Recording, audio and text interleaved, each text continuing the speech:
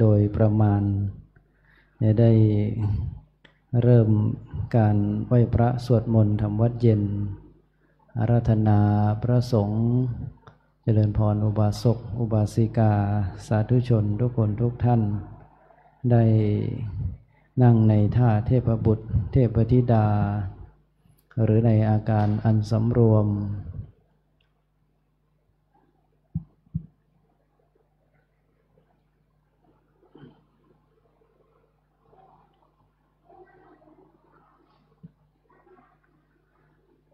ครับเมื่อพร้อมแล้วจะได้กราบระลึกถึงคุณพระรัตนตรัยพร้อมกันนะครับกราบกราบ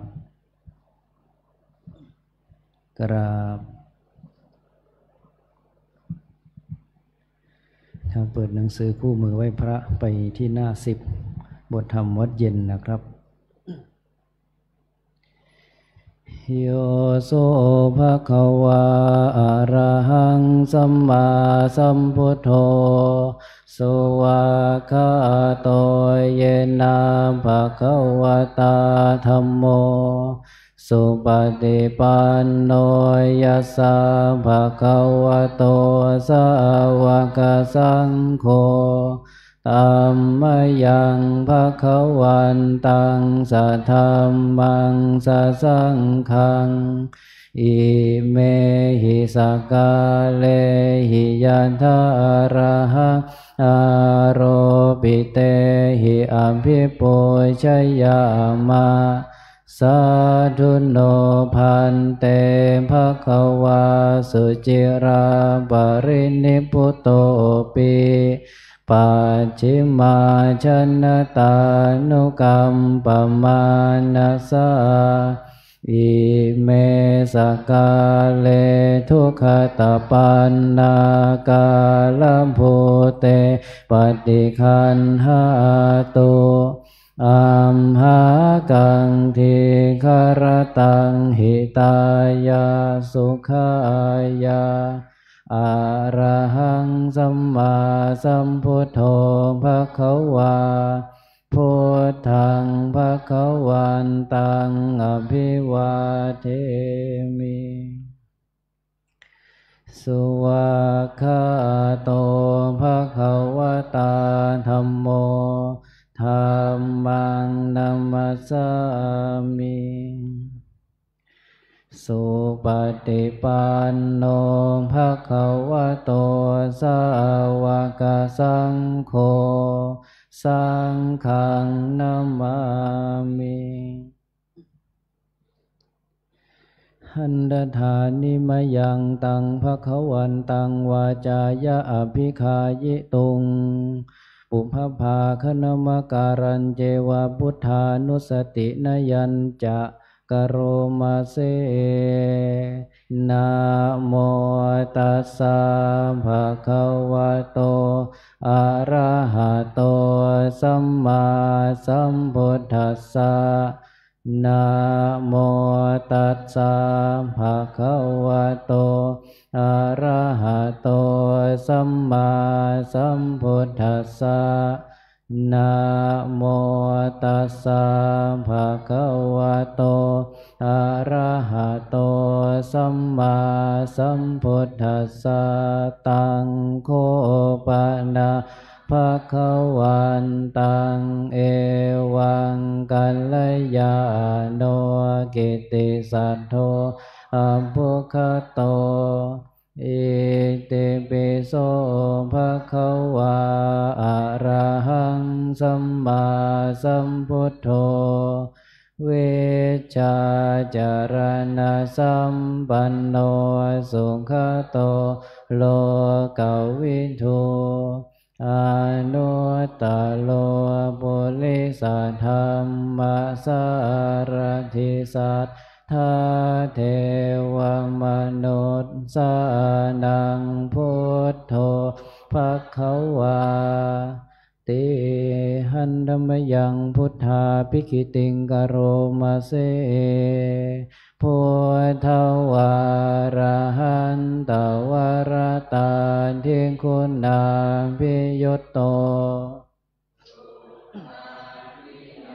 นาการุณาหิสัมมาคตโตโพเทสิโยสุชนะตังกัมมลังวสุโดวันธามหังตัมมรณังศิรสาชิเนนทังพุทโธโยสัพพปานินนังสารนังเขมะมุตตมังปาธรรมานุสติทานังวันธามิตังสิเรนะหังพุทธัสสะหัสสมิทาโสวะพุทโธเมสามิกิสะโดพุทโธทุกขาสัคขตาจวิทาตาจหิตัสสะเมพุทธัสสะหังนิยาเทมิสรีรังชีวิตันจิตังวันทันโตหังจริสามิพุทธาเสวะสุโพธิตังนาทิเมสารนังสารนังวรังเอเตนะสัญญวัชเชนวัฏไทยังสันตุสาสเนพุทธังเมวันธรรมาเนนะยังปุญญังปัสสุตังอิทธะสัมเพปิอันตรายาเมมาเหสุงตัสสะเตชะสากายเยนวาจายวเจตสาวาพุทเทกุกัมมังปะกะตังมยายังพุทโธปฏิคันหตุอาจยันตัง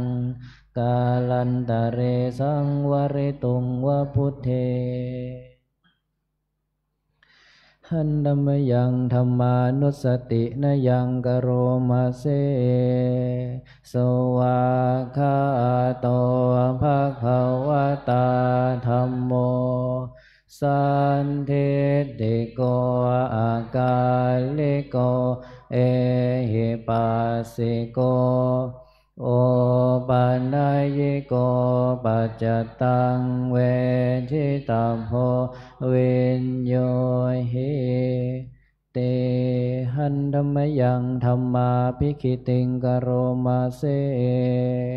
สวากขาตตาจิโกนายโยขาวเสนาไสยโยโยมา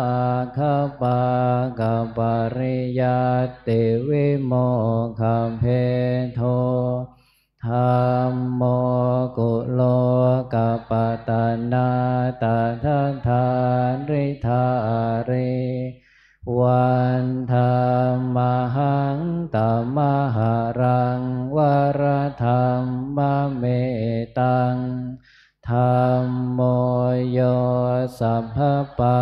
นินังสารนังเขมะมุตตมังทุติยานุสติทานังวันสิเรนะหังธัมมาสาหัสสมิทาโสวะธัมโมเมสามิกิสะโนธัมโมทุกขาสัคขตาจวิทาตาจหิตัสสะเมธัมมาสาหังนิยาเทมิสาลิลันชีวิตันจิตังวันทันโตหังจริสามิธัมมาเสวะสุธัมมตังนาทิเมสารนัง สารนังวรังเอเตนะสัจจวัชเชนะวัฏฏายังสันตุสาสเนธัมมังเมวันธัมมาเนนะยังปุญญังปัสสุตังอิทัสสัพเพปิอันตรายาเมมาเหสุงตัสสะเตชะสากายเยนวาจายวเจตสาวาธัมเมกุกัมมังปะกตังมยายังธัมโมปฏิคันหาตุอจยันตังกาลันตะเรสังวริตุงวะธัมเมหันนมยังสังขานุสตินยังกโรมะเสสุปฏิปันโนภะคะวะโตสาวกสังโฆโอชุปฏิปันโนภะคะวะโตสา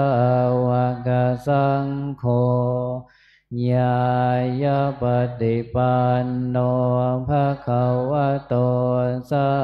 วกสังโฆสามีจิปฏิปันโนภะคะวะโตสาวกสังโฆยะทิทังจัตตาลิปุริสยุคานิอัตถาปุริสปุคลาเอสัมภะคะวะโตสาวกสังโฆอาหุนายโยปาหุนายโยทักขินายโยอัญชลิกัลลนิโยอนุตตลังปุญญเขตังโลกัสสาติหันธรรมยังสังฆาภิกขิติงกโรมาเสสัทธัมมโชสุปฏิปัตติคุณาทิยโตโยธามิโทอาริยปุคคลสังฆเสโตศีลาทิธรรมปวาราสยกายจิตโตวันธรรมหังตัมมาริยานาคานังสุสุทังสังโฆโยสัพพปานินังมะมุตตมังตาติยานุสติทานังวันธามิตังสิเลนะหังสังฆาสาหัสมิทาโสวะสังโฆเมสามิกิสันโนสังโฆทุกขาสักขาตาจวิทาตาจหิตัสสะเมสังฆาสาหังนิยาเทเมสาลิลันชีวิตันจิตังวันทันโตหังจริสามิสังฆาโสปฏิปันนตังนาทิเมสารนังสังโฆเมสารนังวรังเอเตนะสัจจวัชเชนะวัฏฏายังสันตุสาสเนสังฆังเมวันธัมมาเนนะยังปุญญังปัสสุตังอิทัสสัพเพปิอันตรายาเมมาเหสุงตัสสะเตชะสากายเยนวาจายวเจตสาวา สังเคกุกัมมังปะกตังมยายังสังโฆปฏิคันหาตัวจยันตังกาลันตะเรสังวริตุงวสังเคหันธมยังอติตปัจเจเวคณบาทังพนามาเสอาชามยาปัจเจเวกิตาวายังจีวรังปริพุตตังตังยาวาเทวาสิตาสัมปติฆาตายาโอนอาสัมปติฆาตายาดังสัมมากัสสวะตาตาปัสสิลิงสัพพสัมภัสสานังปฏิฆาตายายาวะเทวะหิริโกปินาปฏิชาธนัตถังอาชมยา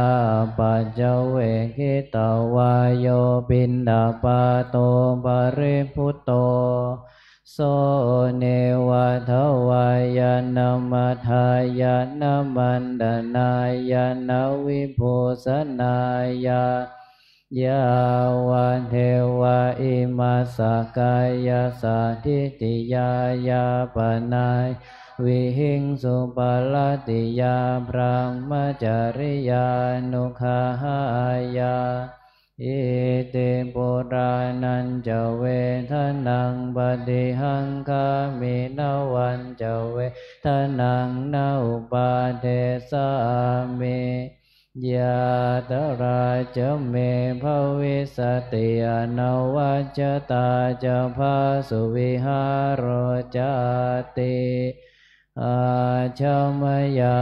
ปัจเจเวกิตาวายังเสนาสนังปริพุตตังตังยาวะเทวาสิตาสัพปติฆาอุณาสัมปติฆาตายาดังสัมมากัสสวะตาตปัสสิลิงสัพพสัมภัสสานังปฏิฆาตายายาวะเทวะอุตุปาลิสยาวิโนทนังปฏิสัลลานารามัตตังอาจามยาปัจเจเวกิตาวาโยคิลานปัจเจยเพสัชฌะปะลิคาโลปะลิพุตโตโสยาวะเทวะอุปันนานังไวยาภาธิกานังเวทนานังปฏิฆาตายาอาภยาปัจฉาปรมตายอาติ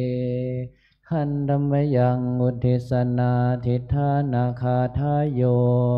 พนามาเสอิเมนาปุญญากรรมเม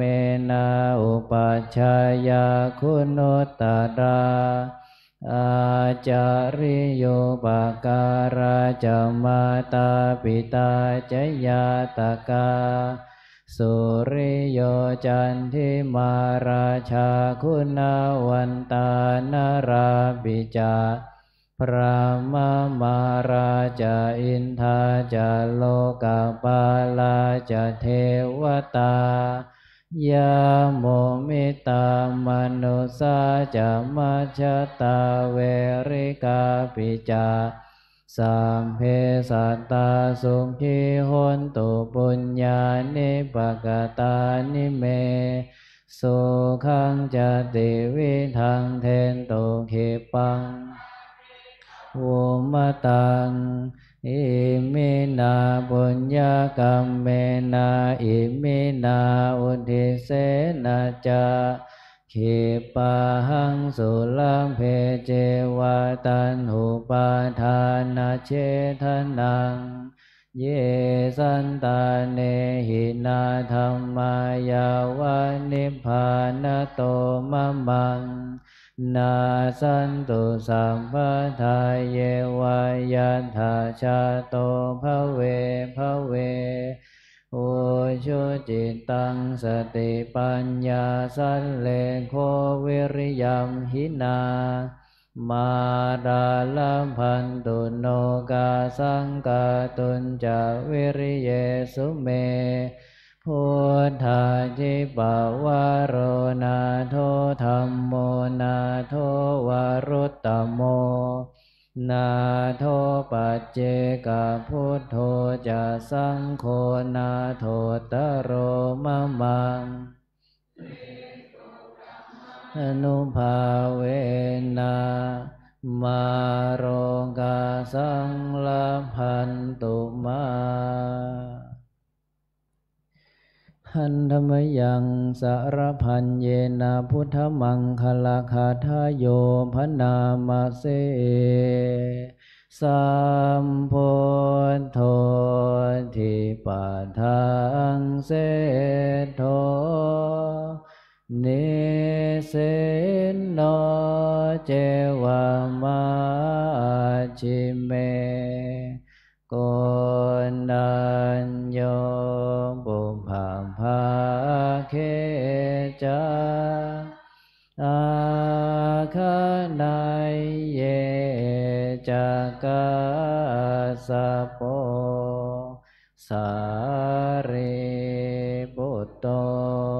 จะทาคิเนหารติเยอุปาลิจาปัจฉิเมปิจานันโทพายัมเพจะขวัมปติโมคคัลลาโนจะอุตตะเรอิสาเนปิจาดาหุโลอิเมโคมังคลาพุทธาสัมเพอิทาปฏิทิตาวันทิตาเตจะอัมเหหิสักกาเลหิจัมโปจิตาเอเตสังอานุภาเวนะสัมภาโสทิภาวันตุโนอิเจวะมาจันตานามาสนัยยังนามาสมาโนตายังยังปุญญาภิสันทังเวปุลังอาลาทังตัสสะนุภาเวนะหะตันตรายโยหันธรรมยังทัสสะธรรมสุตตังพนามาเสเววันนิยามหิอัจฉุปะคะโตบัดนี้เรามีเพศต่างจากคฤหัสถ์แล้วกิริยาอาการใดๆอันบรรพชิตควรประพฤติเราต้องทำกิริยาอาการนั้นปาราปฏิภัทธาเมชีวิกาความเลี้ยงชีพของเราเนื่องด้วยผู้อื่นเราควรทำตัวให้เขาเลี้ยงง่ายอัญโยเมอากปโปการณิโย อาการกายวาจาอย่างอื่นที่เราจะต้องทำให้ดีกว่านี้ยังมีอยู่อีกไม่ใช่แต่เพียงเท่านี้กาจิโนโคเมอัตตาสิลโตอุปวัฏติตัวของเราเองติเตียนตัวเราเองโดยศีลได้หรือไม่กาจิโนโคมังอนุเวจจวินโยสัพพะมจาริศีลโตนะอุปวัฏทันติผู้รู้ใคร่ครวญแล้วติเตียนเราโดยศีลได้หรือไม่สัมเพหิเมปิเยหิมนาภานานาภาววินาภาวเราจะเป็นต่างๆคือจะต้องพลัดพรากจากของรักของเจริญใจทั้งสิ้นไปกามมัสสะโกมหิกามทายาโทกามะโยนิกามะพันธุกามะปฏิสารโนเรามีกรรมเป็นของตนมีกรรมเป็นผู้ให้ผลมีกรรมเป็นแดนเกิดมีกรรมเป็นผู้ติดตามมีกรรมเป็นที่พึ่งอาศัยยังกัมมังกริสามิกัลยาณังวาปาปะกังวาตัสสะทายาโทภวิสามิเราทำกรรมใดไว้เป็นบาปเราจะเป็นทายาทคือจะต้องได้รับผลของกรรมนั้นไปการทำโพตัสสะเมรตินทิวาเวติปตันติวันคืนล่วงไปบัดนี้เราทำอะไรอยู่การจีโนโคหังสุญญาคาเลอภิรมามิเรายินดีในเสนาสนะอันสงัดหรือไม่อันทิโนโคเมอุตาริมนุสสะธรรมาอัลลมาริยญาณทัสสนะวิเศโสอธิคโตคุณวิเศษของเรามีอยู่หรือไม่โสหังปัจฉิเมกาเลสัพพะมจาริหิปุถโธนะมังกุภวิสามิที่จะทำให้เราไม่เก้อเขินในเวลาเพื่อนบรรพชิตถามภายหลังอิเมโคทัสสะธัมมาธรรม10ประการนี้แลปาภาชิเตนะอันบรรพชิตอาภินังปัจเจเวคิตาภาควรพิจารณาเนืองเทินเปิดไปที่หน้า1นะครับหันธรรมยังทักขินะโมลีธาตุนามการาปาทันเจวะวชิระพุทธารูปปาทันจามพนามาเสนะโมพุทธายะนะมามิติโลกาโมลิงโล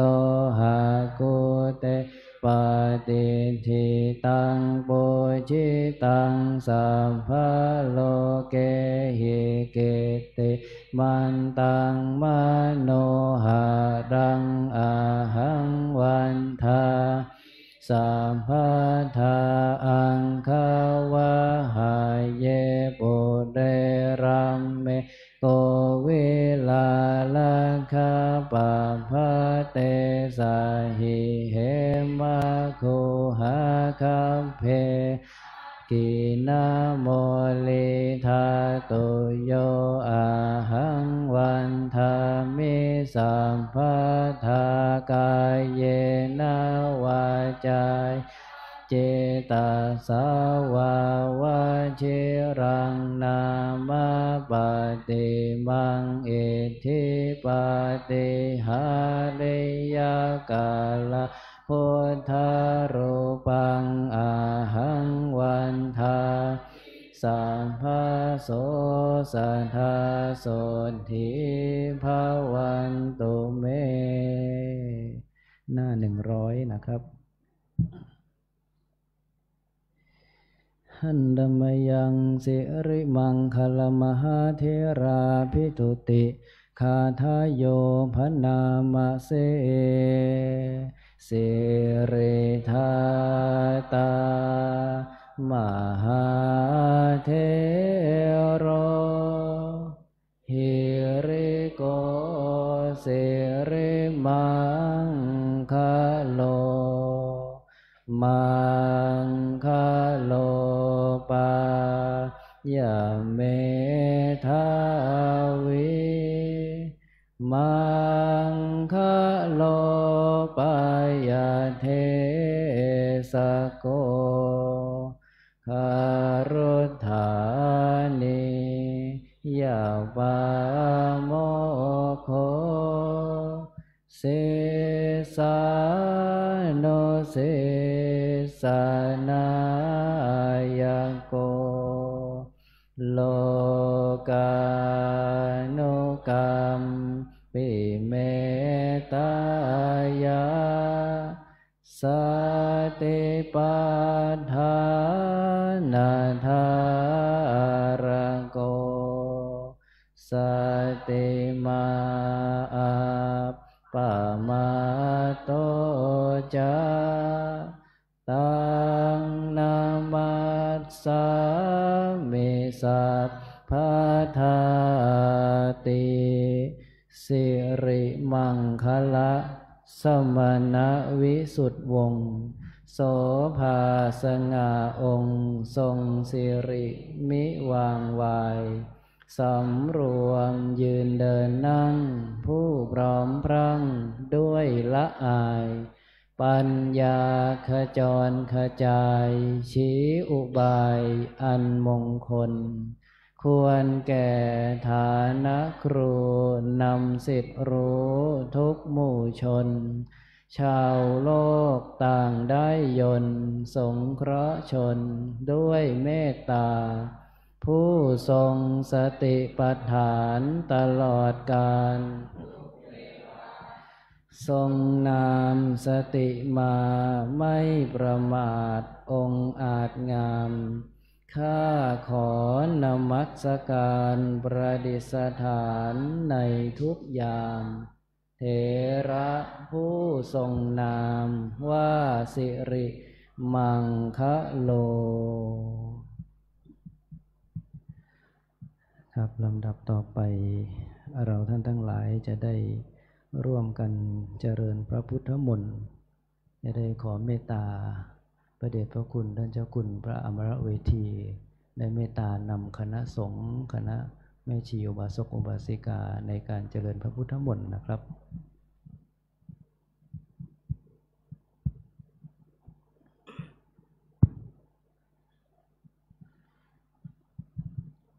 นะโมตัสสะภะคะวะโต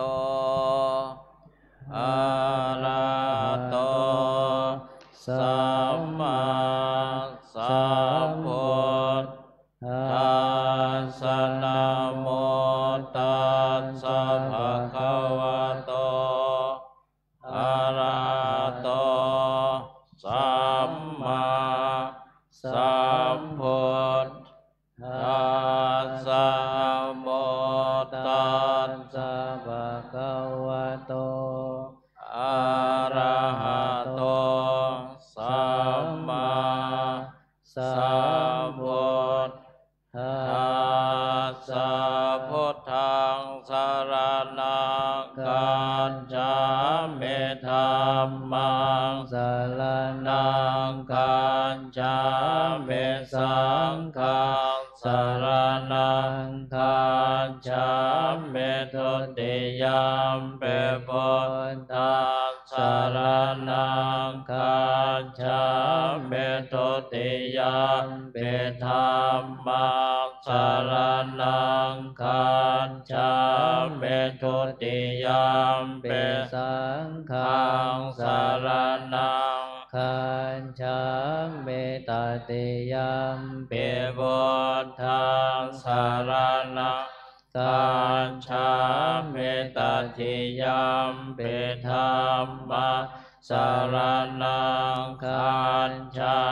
มิตติยมปิสังฆังสรณังคัจฉามินะโมอะระหะโตสัมมาสัมพุทธัสสะมะเหสิโนนะโมโอปัตตยารัสสะสารตนาตยาสัสสะทุกขังนะโมโอมะกะเตตัสสะตัสสะวะโตตยาสะเปนะโมกาลา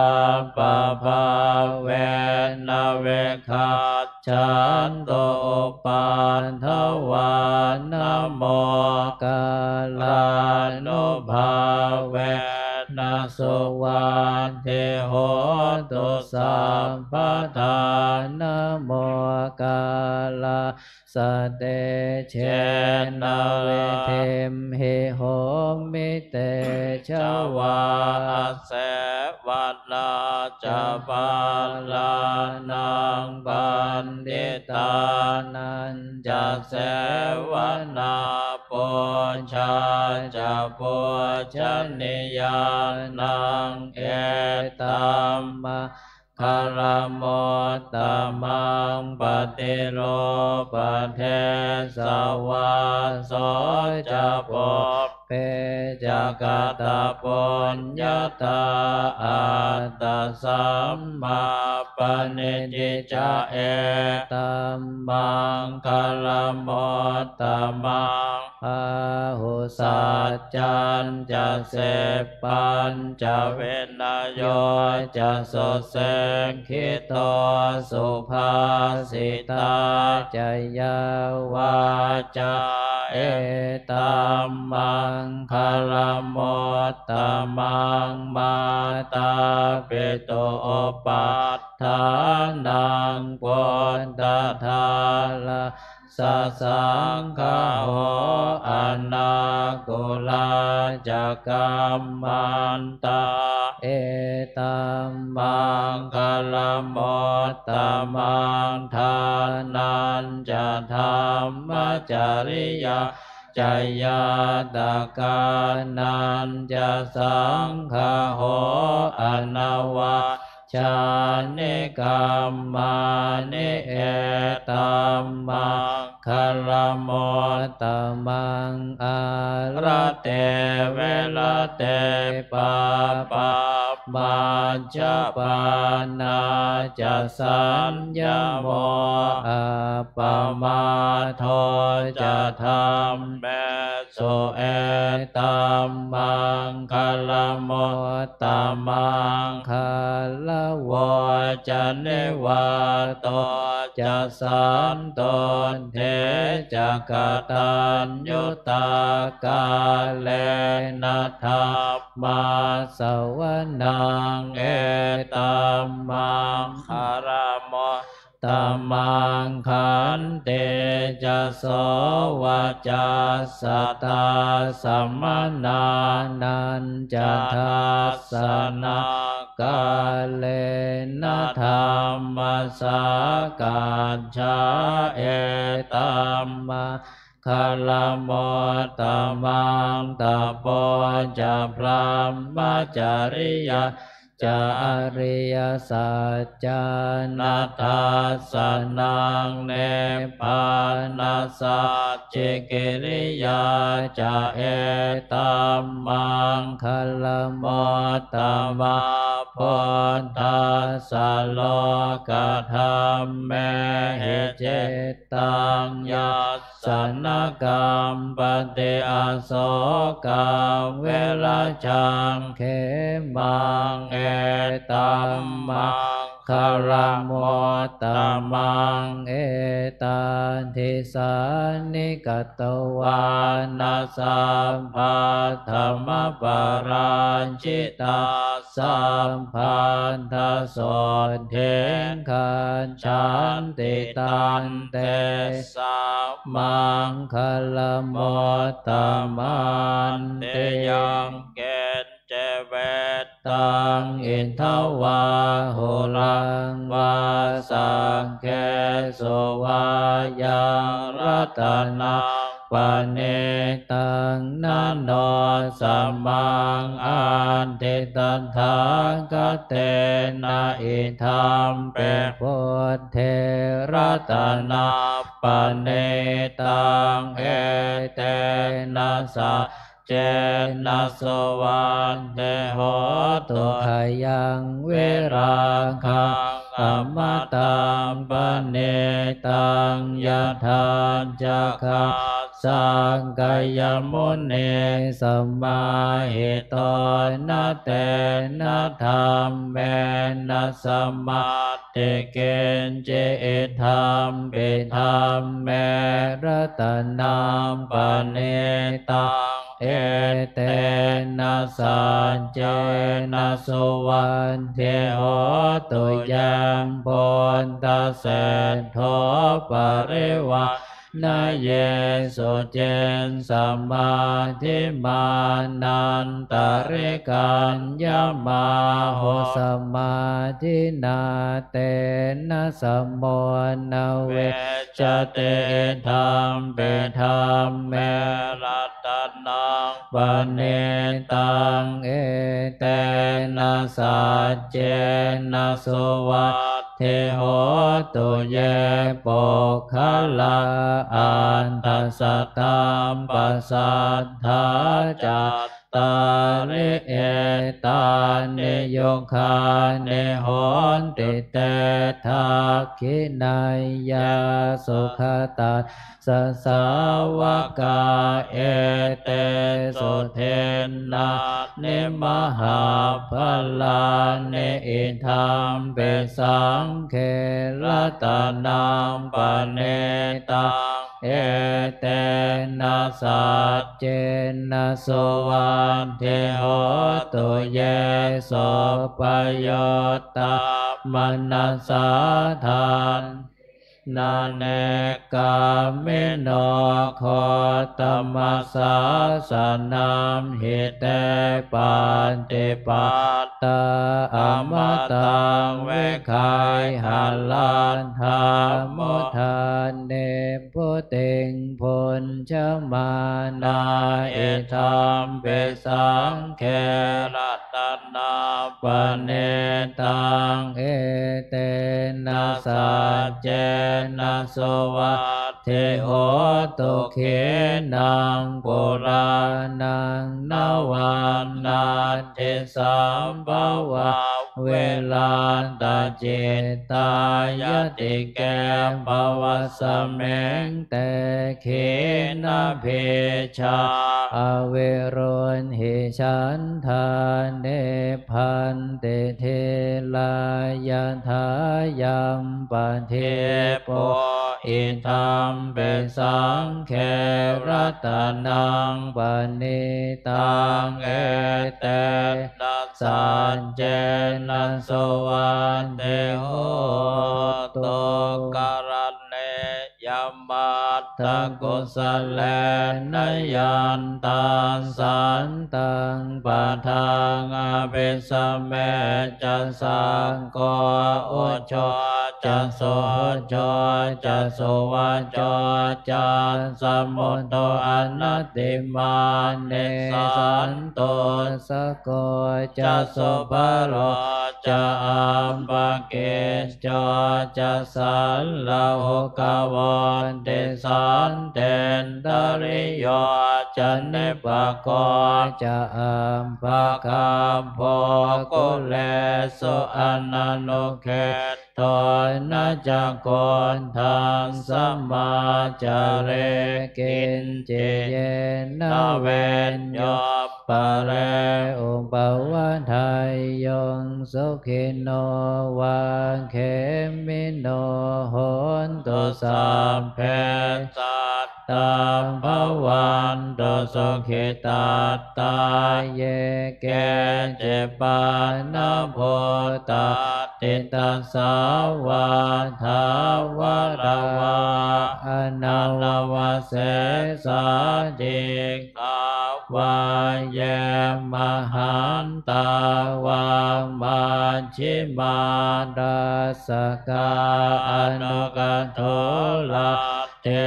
ถาวาเยจะเทถาเยจะโทเลวาสันเตอเวทุเลโพตาวาสัมภเวสีวาสาเพสัตตาภวันตุสุขิตาตานะปะโลปะลังเนโกแพทนาเตมันเยทาการทจินังเกณเจพยาโรสนาปันติคาสัญญานัญญมัญญาสัทโทคเมชัยยมาตายาธานิยามบทตังอายุสาเอกบทตมโนลังแขเอวังปิสัมภะโพเตสุมาณสัมภาวะเยอปริมาณังเมตตัญจะสัมภะโลกัสสะเมงมานะสัมภาวะเยอปริมาณังอุทธังอโทจติริยันจะสัมภะทังอเวรังอสัพพตาเดทันจะลังนิเสนโนวาสยานโนวายาวตาสเวคตเมนโทเอตัสสติอาเทนไทยพลัมมะเมตังเวหาลังเอธรรมาโอเจนเทนจานุปกัมมะเสลวันทัสสะเนนะสัมปันโนกัมเมสุวินัยยะเขทันนาหิชาตุขะภาษายามปุณเรติอัปปมาโนพนโทปมาโนธรรมโมอัมปมาโนสังโฆปมาณวันตาเนเสเลนสปาเนอะเหเวชิกาสัตปะเทโอนนานาเพสารโพโมสิกากตาเมลังคากตาเมปะเรตาปะเตกามันตุโพตานิโสหันนะโมภะคะวะโตนะโมสันตันนังสัมมาสัมพุทธัสสะปิโสภะคะวะอะระหังสัมมาสัมพุทโธเวชชาจารณะสัมปั นโนสุขโตโลกวิทูอนุตตรปุริสัทธัมมัสสาลทิสัทธาเทวมโนสานังพุทโธภควาติสวากขาโตภควตาธัมโมสันเดธิโกอากาลิโกเอหิปัสสิโกโอปัญญิโกปัญจตังเวทิตาภเวนโยเอเตสุปฏิปันโนภควโตสาวกสังโฆอุจุปฏิปันโนภควโตสาวกสังโฆญาญาปฏิปันโนภควโตสาวกสังโฆสามีจิปฏิปันโนสาวกสังโฆยะทิทังจันตาลิปุริสายุคานิอันทปุริสาปุคลาเอสัพพะคะวะโตสาวกสังโฆอาหุนายโยปาหุนายโยทักขินายโยอัญชเลกรณิโยอนุตตรังปัญญาเขตังโลกัสสติยันตนเนเมตตังอวมังคลันจะโยจามนาโปสกุณาสัสสะโนปะปะกะโหโตสุปินังอาการตาพุทธานุภาเวนะเวนัสเมนโตยันโทนเนเมตตังอวมังคลันจะโยจามนาโปสกุณาสัสสะโตปะปะกะโหโตสุปินังอาการตังธรรมานุภาเวนะเวนัสเมนโตยันโทนเนเมตตังอวมังคลันจะโยจามนาโปสกุณาสัสสะโตปะปะกะโหโตสุปินังอาการตังสังฆานุภาเวนะเวนัสเมนโตโพชฌังโพสติสังฆาโตธัมมานังวิจโยตัทธาเวริยัมเปเตปัสสะเตโพชฌังคาจัตถาสัมมาทุเปกะโพชฌังคาสัตเตเตสัพพทัสสินามุนินาสัมมาทังคาตาภาวิตาภาหุเลกตาสังวัตตันเตอภิญญายเนพานายะจะโพธิยาเอเตนะสัจจวัชเชนะโสติเตโหตุสัมปทาเอกสเมงสมัยเยนะโทโมคัลลานัญจกัสสปะคิลาเนโทเขเตติสุวาโพชังเคสันตเทสยเตจตังอภินันทิตวารโรคาโมเจสตังคเนเอเตนะสัจวัชเชนะโสติเตโหตุสัมปทาเอกทาธรรมตาชาปิเกลันเยนะ เปแปและตอจนทาแทแลนาตันเยวะปนาเปตวันอาสาทาลังสัมโมทิตวาจะอาภาทาตามมาพุทธัสสะฐานาโสเอเตนะสัจจวัชเชนะโสติเตโหตุสัพพะทาปะเยนะเตจะอาภาตาตินันนัมเบมะเหสินังมังคังอัตตกิเลสาวะปัตตานุปันติธัมมตังเอเตนะสัจจวัชเชนะโสติเตโหตุสัพพะทาติโลกแกเสลคุณโน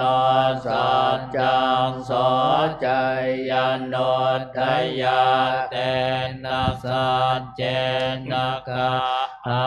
เมสัจจกิริยามโนตลังอาวาจิตวาธรรมพลังสลิตวาปุพเกชิเนสัจจพลมวาสายสัญญกิริยมกาสหังสันติปัฏฐาปัตตนาสันติปัฏฐาอวันจนามาตาปิตาจันเนขันตาชาตาเวทปเตกัมมสหสัจเจกเตไมหังมหาปัจฉลิโตสิกเขวัชเชสิโสลสกะเลสาเนอุทธกัมปัตตวายทาสิกเขสัจเจนะเมสมนาติเอสาเมสัจจปาลเมเตภวัตโตสัพพมังคลังรักขันตุสัพพเทวตาสัพพพุทธานุภาเวนัสสทธาโสติภวันตุเตภวตุสัพพมังคลังรักขันตุสัพพเทวตาสัพพธรรมานุภาเวนัสสทธาโสติภวันตุเตภวตุสัพพมังคลังรักขันตุสัพพเทวตาสัพพสังฆานุภาเวนัสสทธาโสติภวันตุเตการทวัดสวดมนต์เย็นเจริญพระพุทธมนต์ในภาควันปวารณามหาปวารณาออกพรรษาในวันนี้โดยสังเขปโตโดยสังเขปอ่านไม่มากไม่น้อยก็เสร็จสิ้นบริบูรณ์นั้นในช่วงนี้รอพระสงฆ์เทรานุเถระได้มีความพร้อมตามสภาวะการ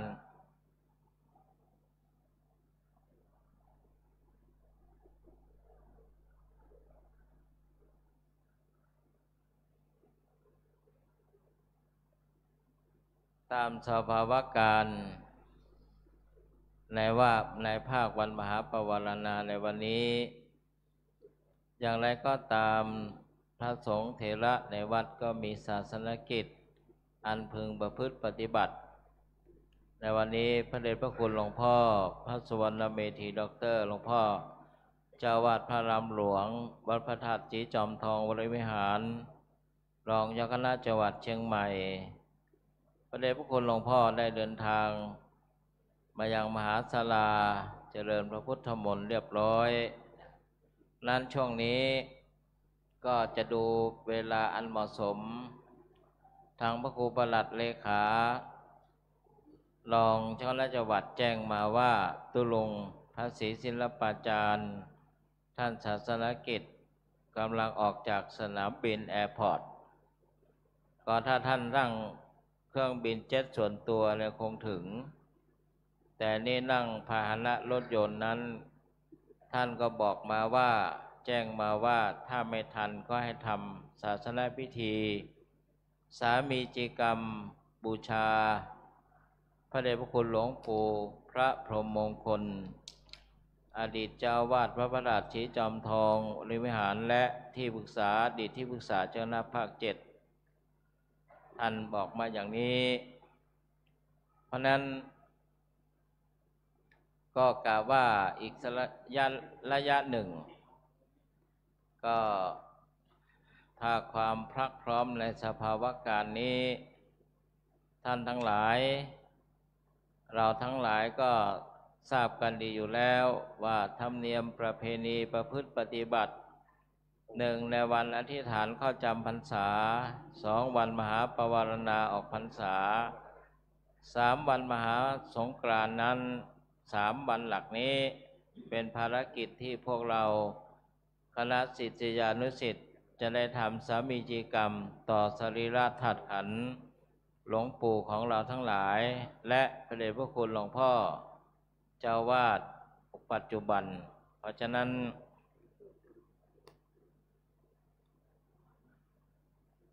ตอนนี้เวลา 19:31 นาทีโดยประมาณ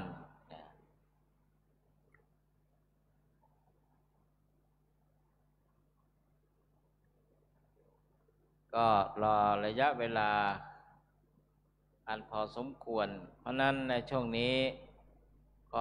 ขอถือโอกาสเจริญวิปัสสนากรรมฐานโดยพระเดชพระคุณหลวงพ่อจะได้นำประพฤติปฏิบัติวิปัสสนากรรมฐานพอสมควรแก่ระยะเวลาทุกท่านก็กราบสติปัฏฐาน4ไม่ต้องเดินจงกรมแล้วก็นั่งภาวนาเลย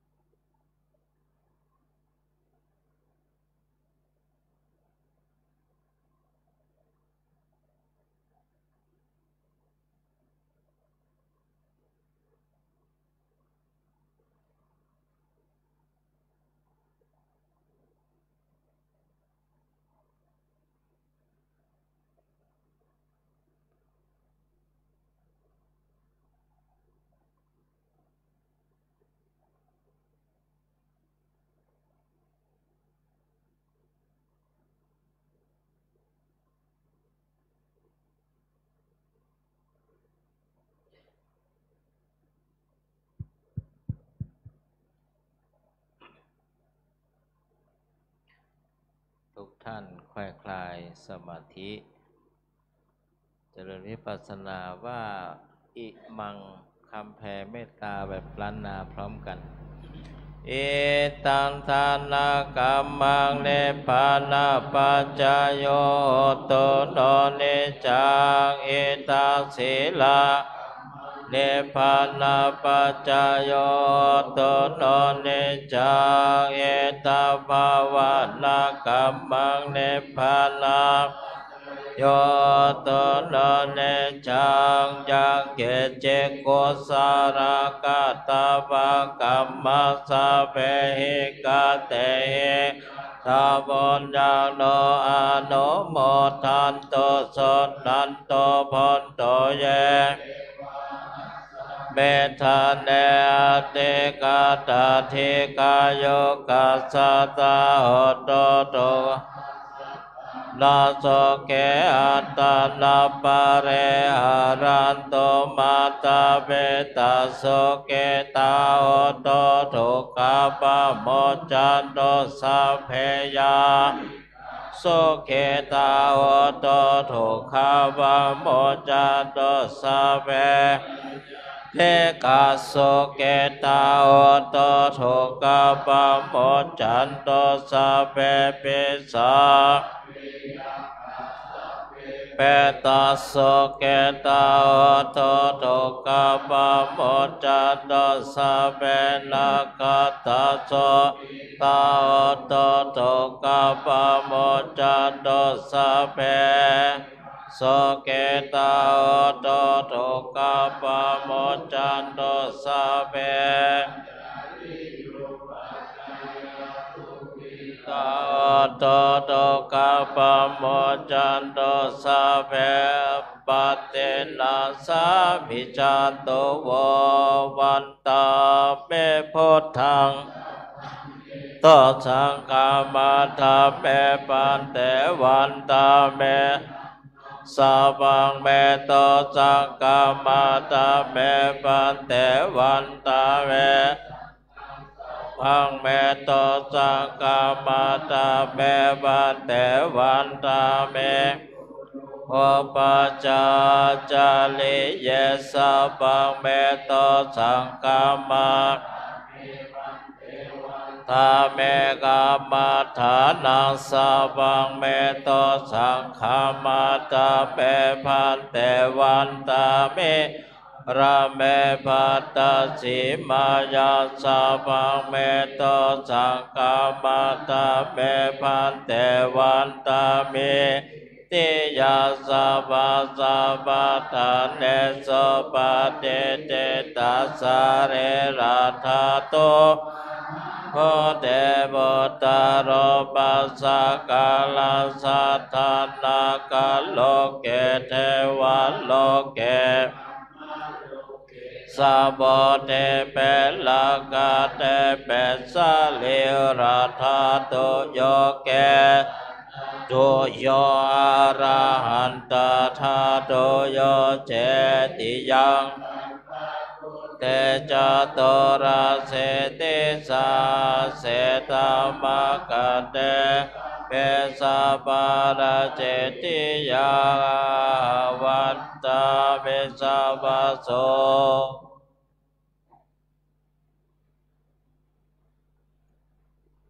วันทาน้อยเดี๋ยวเราว่าพร้อมกันหลังจากที่คารวะครูประหลัดเครื่องสักการะอยู่ไหนขอเชิญเอาลูกศิษย์เอาเครื่องสักการะถือไว้พระเดชพระคุณพ่อจะได้กล่าวคำขมาแล้วก็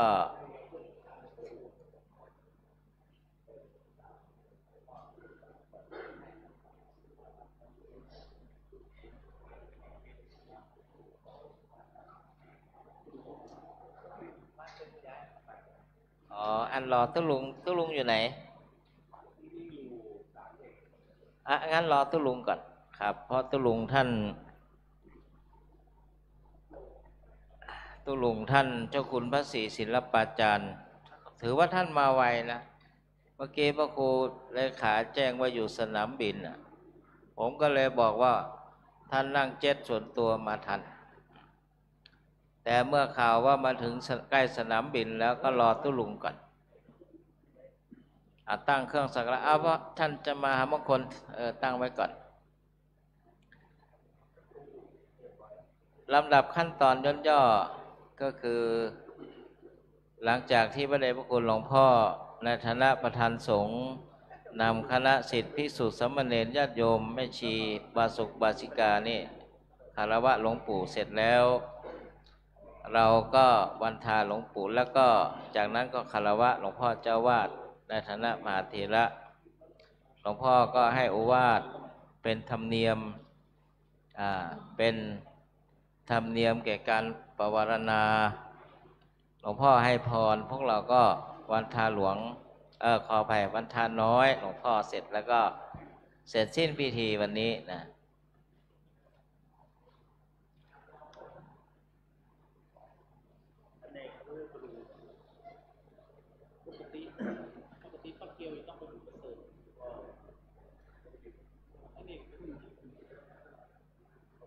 วัดพระธาตุศรีจอมทองของเรานี่มีพระภิกษุสามเณรวาสิกาวาสุกวาสิกาหลายท่านเลยตุลุงมาแล้วนี่ทักผู้ใดผู้นั้นมาผู้นั้นอายุยืนนะตุลุงเจ้าคุณศรีท่านอายุยืนนะทักท่านนะภาษาบาลีว่าเกือบจะอภุคันตวาอภุคันตวาแปลว่าออกมาแล้วนะรอตุลุงให้นั่งพักสบายๆก่อนเห็นท่านกระปี้กระเป๋านี่คุณแม่ทั้งหลายก็71เหมือนกันนะเนี่ยเห็นอย่างนี้นะ71แล้วนะหลวงพ่อ72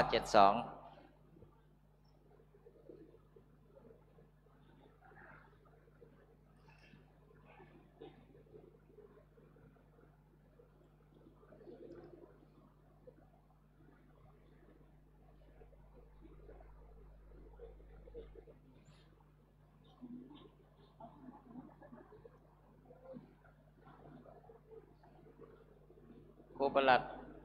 เอาเครื่องสักการะให้ตุลุงศรีในนามตัวแทนลูกศิษย์พระเดชพระคุณพ่อ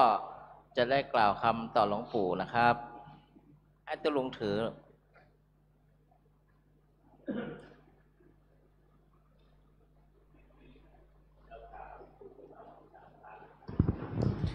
ทุกท่านคุกเข่าประนมมือกราบหลวงปู่3 ครั้งกราบ1น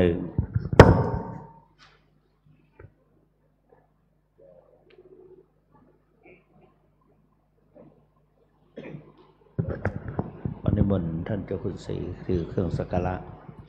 ทุกท่านประนมมือขึ้นหลวงปู่ถึงแม้ว่าจะละสังขารไปแล้วก็ดูเหมือนว่ามีชีวิตอยู่ ยังพูดง่ายๆว่ายังปตายเตื่อแต่ว่าดูอยู่กับเฮาอยู่ดังนั้นการงานที่เราทำมา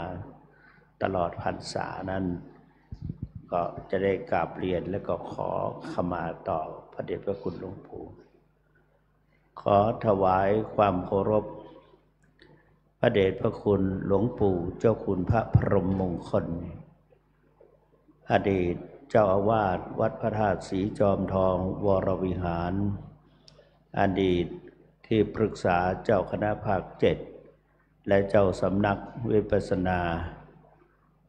หนเหนือที่เคารพอย่างสูงยิ่งกล่าวพร้อมด้วยผู้ช่วยเจ้าอาวาสทุกรูปพระภิกษุสามเณร แม่ชีโอคีผู้ปฏิบัติธรรมได้ประพฤติปฏิบัติในหน้าที่ภายในพรรษานี้ด้วยสติมีวิริยะอุตสาหะและก็มีการปรึกษาหารือไม่ว่าการปกครองไม่ว่าด้านการศึกษาก็มีการประชุมกันทุกเดือนและการก่อสร้างสาธารณูปการ เช่นก่อสร้างศาลาบูรณะพระเจดีย์อุโบสถแล้วก็หลายๆอย่างที่มีการพัฒนาตลอดถึงซ่อมแซมมหาศาลาหัตถนเรศแล้วก็อาคารทุกอย่างที่ได้บูรณะมาก็มีการปรึกษาหารือกันมาโดยตลอดมีการประชุมจากนั้นจะมีการบูรณะปฏิสังขรณ์พระวิหารใหญ่ก็มีการประชุมปรึกษาหารือแก้ไขปรับปรุงรักษาความเป็นโบราณวัตถุให้มากมายที่สุดเท่าที่จะมากมายได้มีการปรับปรุงเปลี่ยนแปลง ตลอดถึงแก้ไขและก็อนุรักษ์และตลอดถึงจะสร้างสิ่งหอส่งน้ำขึ้นก็มีการปรึกษาหารืออันนี้ในด้านโบรณปฏิสังขรณ์ ส่วนในด้านการศึกษาก็มีการประชุมทุกวันเสาร์แรกของเดือนบางครั้งก็เปลี่ยนแปลงขึ้นปรับปรุงบ้างก็ไม่ไกลทีนี้ในด้านการรักษาวัฒนธรรมประเพณีทั้ง12 เดือนก็โดยเฉพาะภายในพรรษานี้การเทศนาธรรมตลอดถึงการทำวัดสวดมนต์และก็การเทศนาธรรมอบรมประชาชนก็ทุกเวลาที่หลวงปู่ได้วางไว้ถึงในวิหารก็ยังรักษาอยู่เพิ่งจบไปเมื่อวันออกพรรษาและยังจะมีประเพณีต่อคือเดือนยี่เพ็งก็ยังรักษาอยู่ยังประพฤติปฏิบัติโดยมอบหมายให้ท่านพระครูพุทธศาสสุวดิษฐ์เป็นผู้ดูแลกำกับแต่ละแผนกก็มีผู้ดูแลในด้านการประพฤติปฏิบัติท่านเจ้าคุณพระศรีศิลปาจารย์ ได้จัดมีการอบรมพิเศษทุกๆวันเสาร์ก็เชิญชวนคนที่ใกล้ชิดคือญาติโยมของเรานี่ตลอดถึงผู้ที่อยู่ภายในอำเภอจอมทองไปสะดวกมาสบายก็เข้าอบรมทุกวันเสาร์ในด้านการปฏิบัติวิปัสสนากรรมฐานซึ่งพระเดชพระคุณได้วางไว้ก็มีการสอบอารมณ์กรรมฐานมีผู้มาประพฤติปฏิบัติโดยไม่ขาดสายนอกจากนั้นยังเป็นการอบรมวิปัสสนากรรมฐานแนวสติปัฏฐาน 4พระวิปัสสนาจารย์ทั้งฝึกอบรมใหม่แล้วก็ต่อเป็น3 ช่วง80 วัน120 วันก็เป็นการพัฒนาทำให้ผู้ที่เข้ารับการอบรมมีความกระตือรือร้นเมื่อไม่กี่วันกล้าวได้ไปแสดงพระธรรมเทศนา ยังสถานที่ประพฤติปฏิบัติธรรมแห่งหนึ่งผู้ที่เข้ามาอบรมวิปัสสนายืนยันว่าได้เข้ามาอบรม2 รอบและยังจะมาต่ออีกและก็บอกว่าได้เอาไปสอนหลายๆที่ได้นำไปใช้ได้นำไปสั่งสอนประชาชนเห็นว่าเป็นประโยชน์รู้สึกปลื้มใจที่ได้จัดให้มีการอบรมพระวิปัสสนาจารย์นอกจากนั้นก็การอยู่กันได้รับความร่วมมือร่วมใจจากพระสงฆ์ทุกฝ่ายแม่ชีโยคีผู้ปฏิบัติธรรมได้ช่วยกันดูแลฝ่ายวิปัสสนากรรมฐานฝ่ายในการกิจวัตรหรือการสงเคราะห์อนุเคราะห์แต่เจ้าคุณศรีก็ยังจัดการศรีศิลปาจารย์ได้ยังดูแลโดยเฉพาะภัตตาหารเช้าภัตตาหารเพล ก็ยังช่วยเหลือเกื้อกูลแก่อนุเคราะห์แก่พระภิกษุสามเณรแม่ชีโยคีผู้ปฏิบัติธรรมมาโดยตลอดถึงบริการให้เป็นสาธารณประโยชน์หรือว่าบริการกิจกรรมในด้านการจัดประชุมในการอบรมโดยเฉพาะอย่างยิ่งมีการสอบนักธรรมสนามหลวงธรรมสนามหลวงก็ได้ใช้สถานที่วัดพระธาตุศรีจอมทองได้รับความร่วมมือร่วมใจได้รับความสงเคราะห์อนุเคราะห์ด้วยดีอันนั้นการไปอยู่ทุกสิ่งทุกอย่างเป็นไปด้วยความราบรื่นไม่มีอธิกรณ์ไม่มีการทะเลาะเบาะแว้งไม่มีเรื่องเสียหายที่เกิดขึ้นภายในวัดเพราะว่าต่างทุกคนทุกรูปทุกชีวิตต่างสำนึกในหน้าที่และความมีความรับผิดชอบสถานภาพของตนหรือว่าในกิจวัตรของตนหรือว่าสมณเพศตนนอกจากนั้นก็เพราะบารมีหลวงปู่ได้ช่วยดูแลปกคลุมรักษาโดยทุกศิษย์ลูกหาทุกคนทุกลูกต่างมีจิตสำนึกมีความเกรงกริ่งเกรงในปฏิปทาจริยวัตรของหลวงปู่จะทำยังไงก็ยังมีสติสำนึกมีความละอายดูเหมือนประดุจเหมือนหลวงปู่จะมองเราอยู่จะมีความตื่นตัวตื่นใจในการที่จะพัฒนาช่วยรักษาผลประโยชน์ของวัดดูแลแล้วก็การกิจวัตรที่สำคัญการลงอุโบสถการฟังพระปฏิโมกข์ตลอดถึงสังฆกรรมต่างๆก็ร่วมมือร่วมใจกันมาด้วยดีเป็นที่ยกย่องหรือชื่นชมจากพระเถระผู้ปกครองว่าเรายังถึงแม้ว่าหลวงปู่จะทิ้งสังขารไปได้5 ปีกิจกรรมต่างๆและปฏิปทาจริยวัตรความกลมเกลียวกันระหว่างศิษยานุศิษย์ของหลวงปู่ยังผสมกลมเกลียวกันอยู่ ประดุจดังหลวงปู่ยังมีชีวิตอยู่นี่ก็เป็นเพราะว่าอานุภาพแห่งเมตตาธรรมของหลวงปู่ที่ได้ช่วยจึงทำให้พวกเรามีจิตสำนึกในบารมีธรรมของหลวงปู่ฉะนั้นแต่ก็นั่นแหละนานาจิตตังความพลั้งเผลอสติหรือว่าความสนิทเกินจึงทำให้ประมาทอาจจะประมาทล่วงเลยพลั้งเผลอสติกายกรรมวจีกรรมมโนกรรมทั้งที่ตั้งใจและก็ไม่ตั้งใจเชื่อแน่เหลือเกินว่าก็ต้องมีดังนั้นในโอกาสนี้ออกพรรษานี้ตามปกติแล้วประเพณีนิยมต้องไปคารวะต่อพระมหาเถระเพื่อแสดงสามีจิกรรมแสดงความเคารพแต่ละว่าลูกศิษย์ทั้งหลายรู้ว่าเรามี ครูบาอาจารย์ที่สำคัญเช่นหลวงปู่ยังอยู่จึงขอกราบไหว้บูชาเป็นองค์แรกเป็นรูปแรกก่อนที่จะไป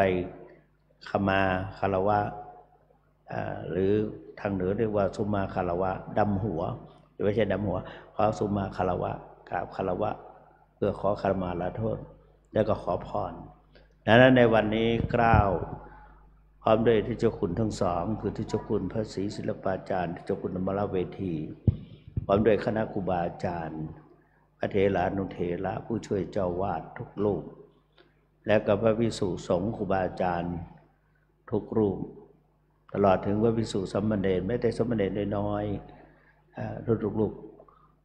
ก็จึงได้ตลอดถึงแม่ชีโยคีผู้ปฏิบัติธรรมจึงขอโอกาสนี้มาขอขมาต่อหลวงปู่และขอ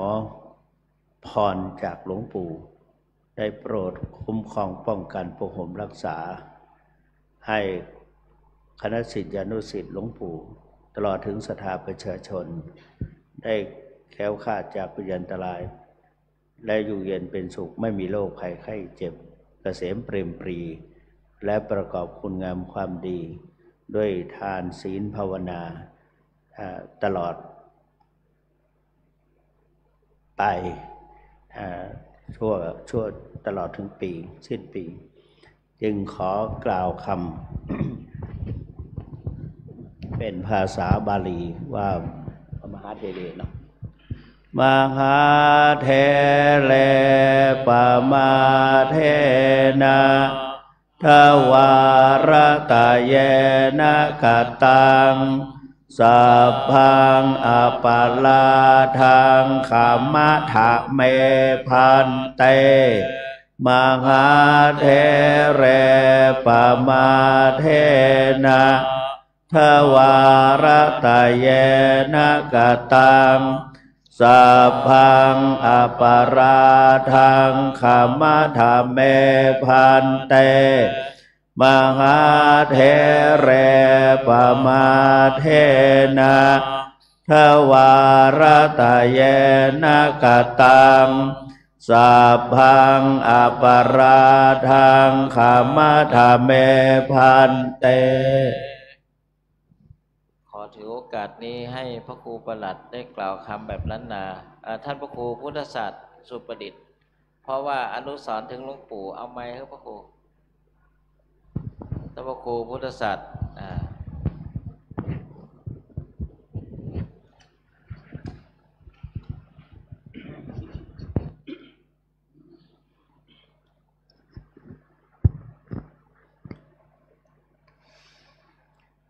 สา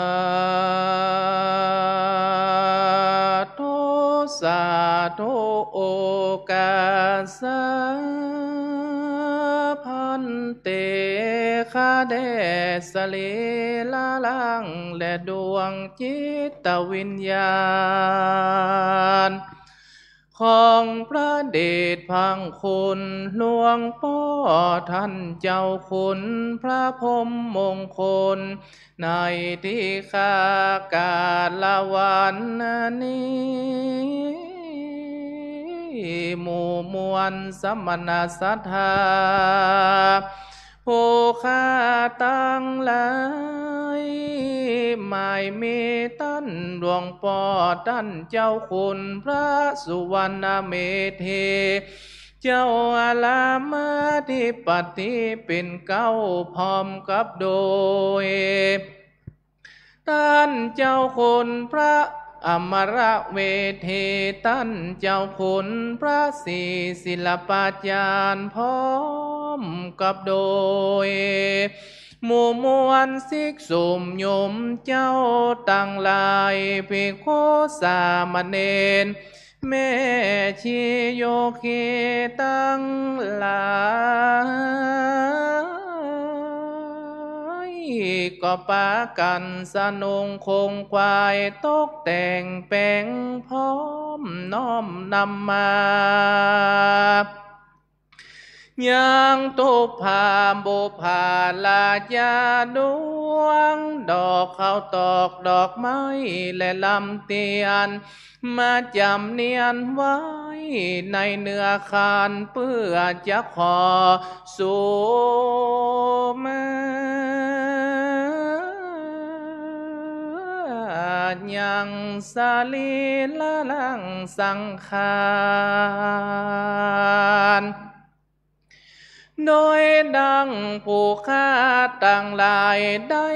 ประมาทล่วงล้ำกำเกินโดยกายกรรมอันบ่ถูกจอบต่างกองสุจริตธรรมอันมืดมัวดำมาติดแปดผู้ฆ่าขอหลวงปู่ได้แขวดเป็นอโหสิกรรมวจีกรรมมังได้ล่วงล้ำกำเกินโดยความพาเอิญบังอาจได้ล่วงล้ำเข้าสู่อำนาจโมหะตัณหา กลัวเป็นกรรมวิบากป่ามาผู้ขาน้อมยังสุกันธามาขอสู่มาละตูดเธอเป็นอโห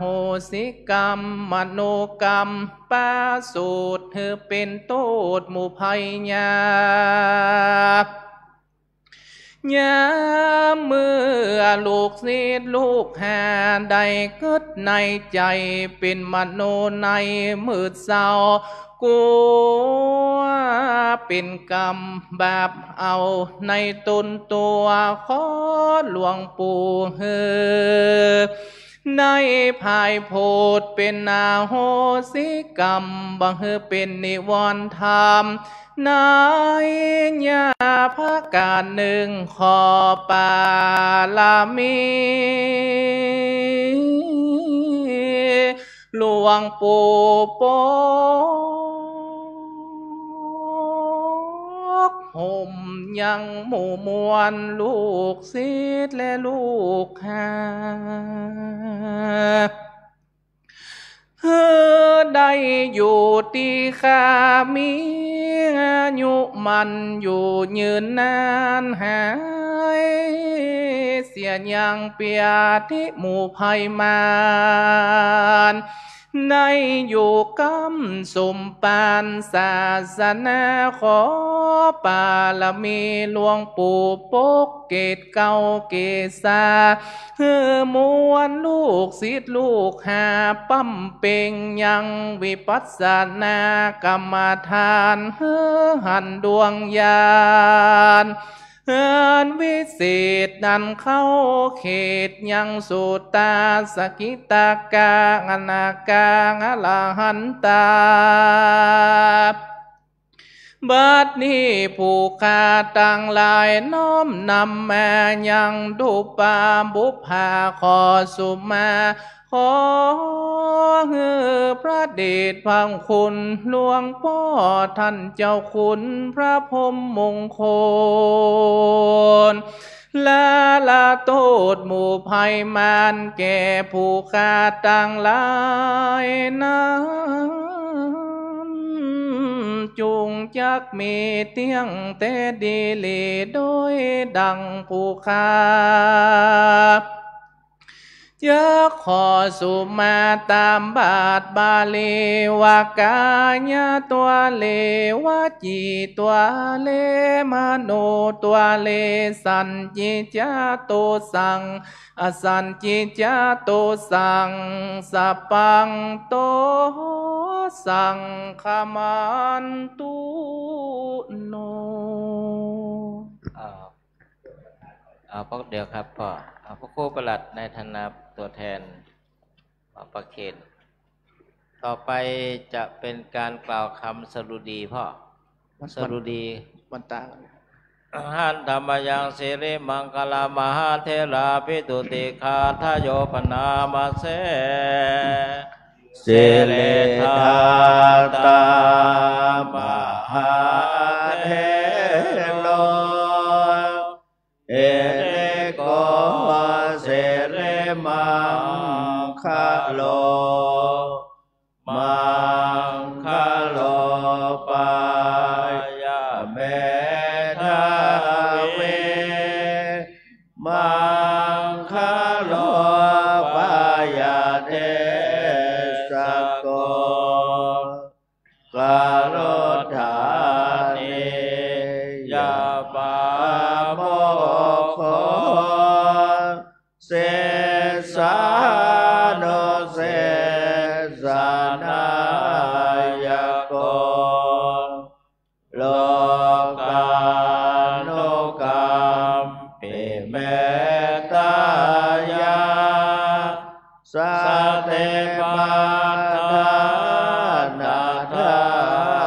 รโกสเตมาปมาโตจาตังนามาสามิสัพพทาเตสิริมังคลาสมณวิสุทธิวงศ์ โสภาสง่าองค์ทรงสิริมิวังวายสำรวมยืนเดินนั่งผู้พร้อมรั่งด้วยละอายปัญญากระจรกระจายชี้อุบายอันมงคลควรแก่ฐานะครูนำสิทธิรู้ทุกหมู่ชนชาวโลกต่างได้ยนต์สงเคราะห์ชนด้วยเมตตาผู้ทรงสติปัฏฐานตลอดกาลทุกเวลา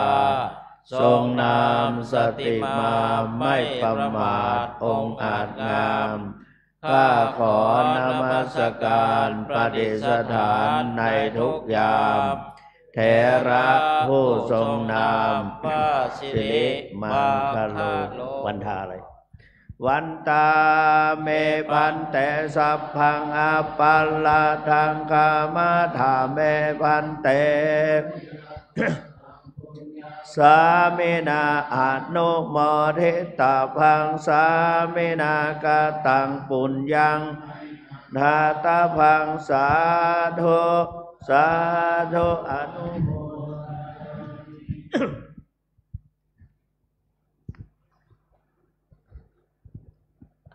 กราบอาราธนาหลวงพ่อมาทางภิกษุสงฆ์พวกเราคณะศิษย์ทุกรูปจะได้คารวะพระมหาเถระมีพระเดชพระคุณหลวงพ่อนะครับ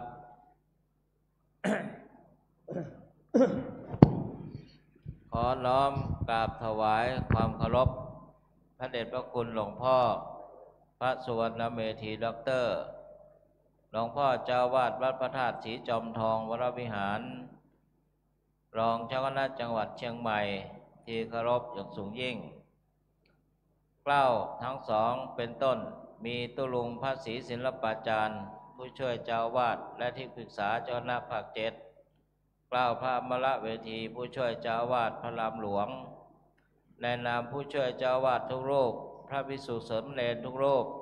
ญาติโยมบาศกบาสิกาแม่ชีโยคีผู้ปฏิบัติธรรมได้มีจิตสำนึกในการที่วันนี้เป็นวันมหาปวารณาก็คือเป็นการอนุญาตให้เป็นการชี้โทษชี้ทางที่เป็นโทษและเป็นคุณเพื่อที่เก้าทั้งหลายจะได้นำไปประพฤติปฏิบัติและนอกจากนั้นเก้าทั้งหลายได้ล่วงเกินพระเดชพระคุณหลวงพ่อด้วยกายกรรมด้วยการกระทำวจีกรรมทางคำพูดคำจามโนกรรมอันเป็นโทษทางใจ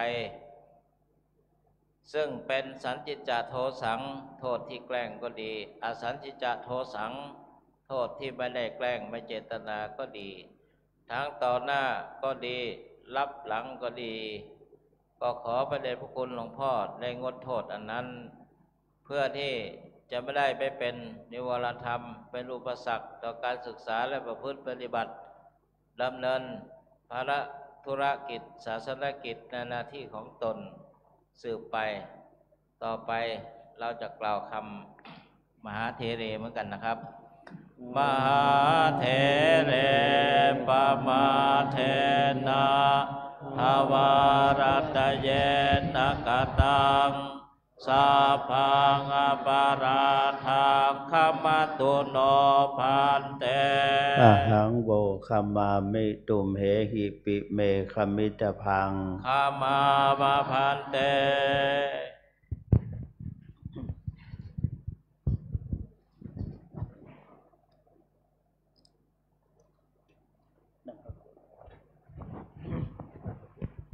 ข้อถวายก็ได้ขัดสมาธิมันเอานั่งแบบสมาธิธรรมดาก็ได้ครับแบบสบาย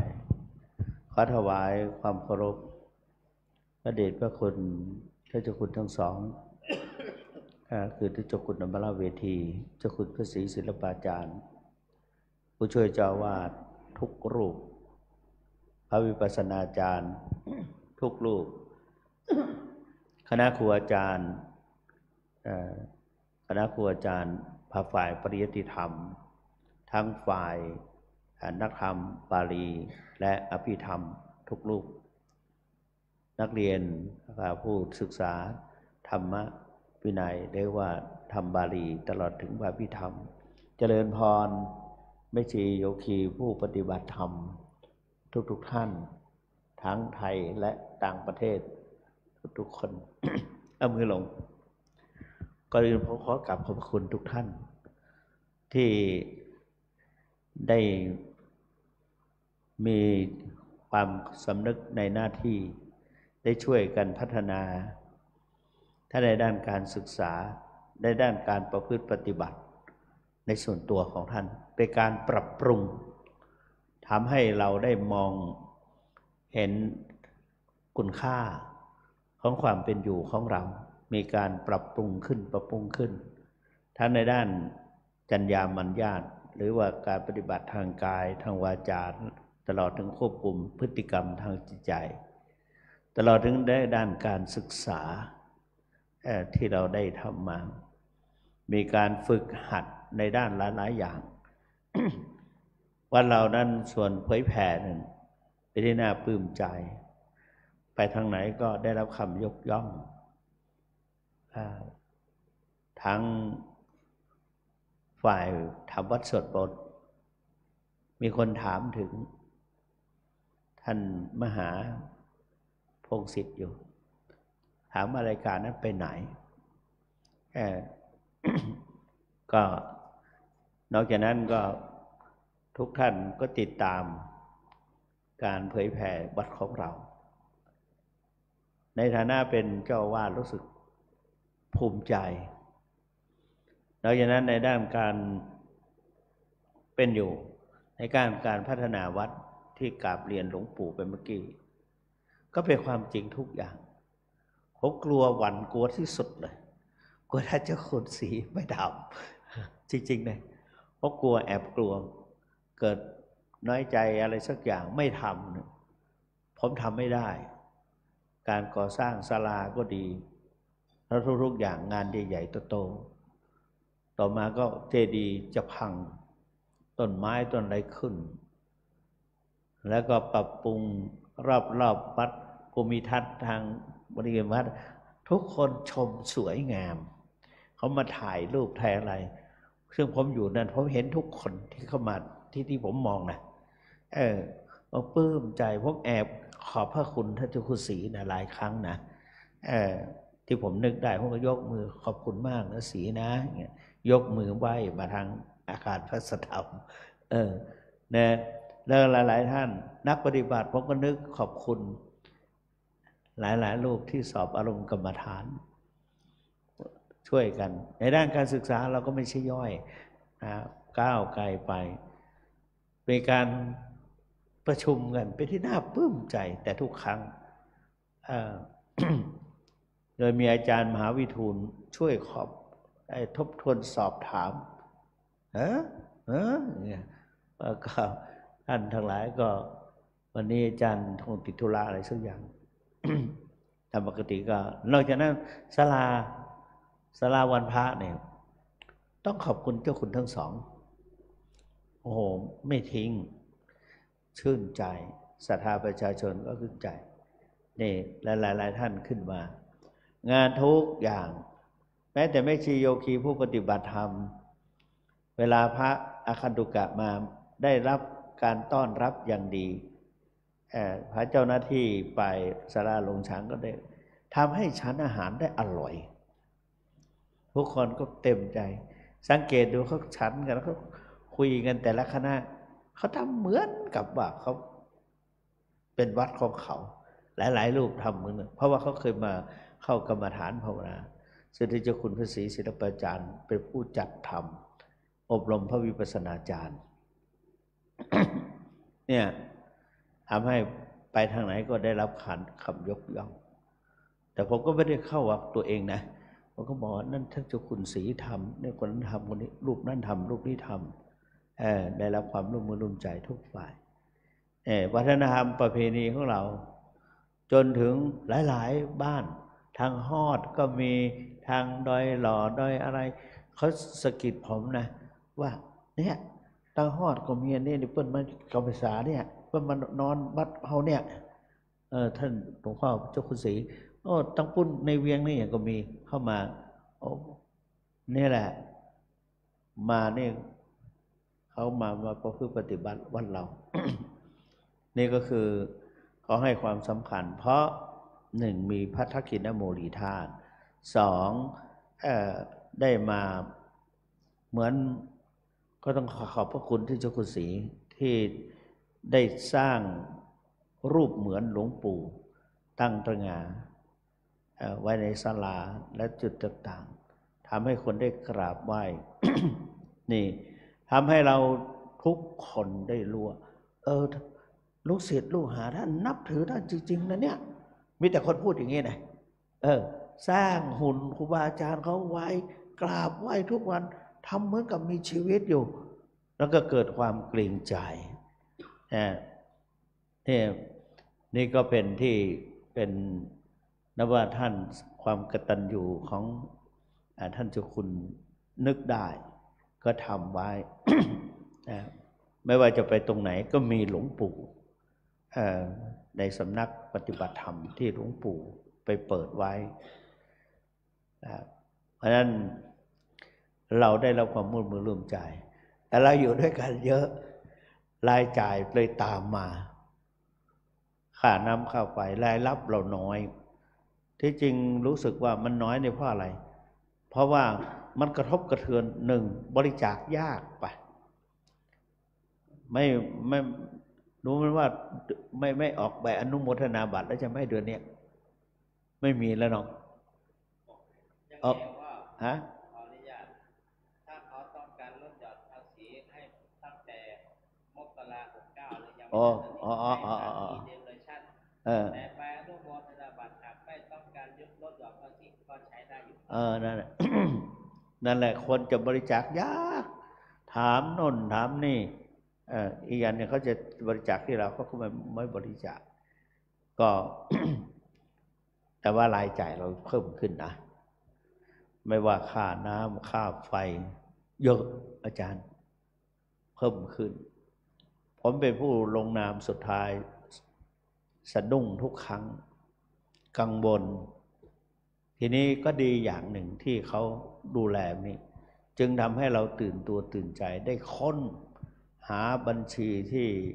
มันไม่มีมันเราไม่รู้เพราะว่าผ่านกรรมการไปหลายวิทยาวัจกรหรือ นั่นน่ะผ่านไปหลายรุ่นก็ไม่มีใครติดตามถ้าจะมอบให้พระครูพุทธศาสนสุปฏิและพระครูประหลัดสุวัฒนมงคลสุทธิคุณไปช่วยดูแลก็ทำให้ยิ้มได้ทำให้ยิ้มได้ขึ้นแต่ก็ยังไงก็ตามเราก็ต้องพร้อมใจกันช่วยกันประหยัด ช่วยกันประหยัดทั้งน้ำทั้งไฟเปิดตรงไหนมันรั่วมันอะไรก็ทุกครั้งผมเคยได้ยินเจ้าคุณศรีว่าอยู่นั่นเขาก็ได้ยินสักว่าได้ยินนะไม่รู้จะพูดยังไงแต่ว่าตอนนี้ มันจำเป็นที่จริงก็จำเป็นมานานแล้วแต่ก็ไม่เคยพูดนี่ผมรู้สึกว่าผมพูดระยะไม่กี่เดือนนี้พูดมาแล้วก็มาเกิดขึ้นกับตัวเองด้วย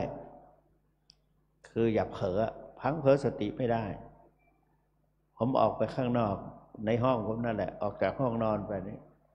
ตอนแรกก็เปิดไว้นี่ก่อนเดี๋ยวจะอาบน้ำเปิดไปเข้าไปในห้องนั่นมันลืมได้เหมือนกันนะไปโน่นไปนี่คนนั้นมาทักคนนี้มาทักหรือไปเจอนั่นเจอนี่ก็ทำให้กลับเข้ามาร้องอุ้ยเลยดีไฟไม่ดูดไฟไม่ช็อตเปิดน้ำจนล้นออกมาไฟก็เหมือนกันบางทีผมอยู่ในห้องรับแขกที่หลวงพ่อเจ้าคุณศรีว่าไม่เห็นตัวรุ่งดับดึกเนาะนั้นบางทีไม่ใช่ผมเข้ามาในห้องนอนผมละแต่พอเขาคิดว่าเขาจะไปอยู่เดี๋ยวแป๊บเดียวไปพอแอร์ก็เปิดอะไรก็เปิดแต่มาสะดุ้งเอาไปตี 1ตี 2หรือตี 4อย่างนี้มาแล้วสะดุ้งยกมือไหว้ขอโทษไม่รู้ว่าโทษใครขอโทษใครก็ตอนนี้ก็มีสติเวลาจะออกก็ปิดทันทีทันใดจะมาหรือไม่มาไม่รู้สมมติว่าไปแล้วสิ้นลมหายใจไปมันก็ไม่ต้องไปเดือดร้อนใคร ไม่เดือดร้อนน้ำก็เหมือนกันเวลาจะออกไปก็ไม่ปิดใช่ถ้าเปิดถ้าไม่เปิดก็แล้วไปต้องพยายาม เพราะฉะนั้นท่านทั้งหลายเราอายุแม่ชีโยคีผู้ปฏิบัติธรรมอายุเยอะๆเหมือนกันนะเนาะอาตมา70เท่าไหร่72ย่างมา7-8 6 เดือนนี่แต่หลายท่านอายุเราก็อายุเยอะแล้วโดยเฉพาะก็จะลืมหลวงปู่หลวงลุงทั้งหลายก็เหมือนกันแม้แต่เยาวชนหรือว่าพระหนุ่มน้อยบางทีก็เผลอรับโทรศัพท์บ้างดูเรื่อยๆเมื่อกี้ผมให้มอสปิด Facebook ผมไม่จำเป็นแล้วสัญญาณต้องนองต้องแนงอะไรก็ไม่ต้องการแล้วเนี่ยพอมันรบกวนเวลาเหลือน้อยเพราะว่าไม่รู้ว่าจะอยู่ไปอีกสักกี่ปีมีความรู้สึกอย่างนั้นก็ในเวลาเหลืออยู่นี่พระพุทธเจ้าบอกว่าอย่าประมาทความตายอยู่ใกล้จมูกอยู่ปลายจมูกเพราะนั้นแต่ว่าเราอยู่เราก็ปฏิบัติตามหน้าที่กันไปอันนี้ก็เป็นผมพูดรวมๆไม่ได้ว่าใครก็ให้ทุกท่านสำนึกว่าเหมือนหลวงปู่ยังอยู่กับท่านอยู่กับพวกเราวัดนี้ยังเป็นวัดหลวงปู่อยู่ เพียงแต่ผมมาสมมุติเป็นเจ้าอาวาสคือถ้าสิ้นผมไปแล้วก็องค์อื่นขึ้นมาอีกก็เปลี่ยนกันไปแล้วแต่จะพิจารณาใครแต่เวลานั้นไม่ต้องว่าจะเท่านั้นเท่านี้แต่มันไม่แน่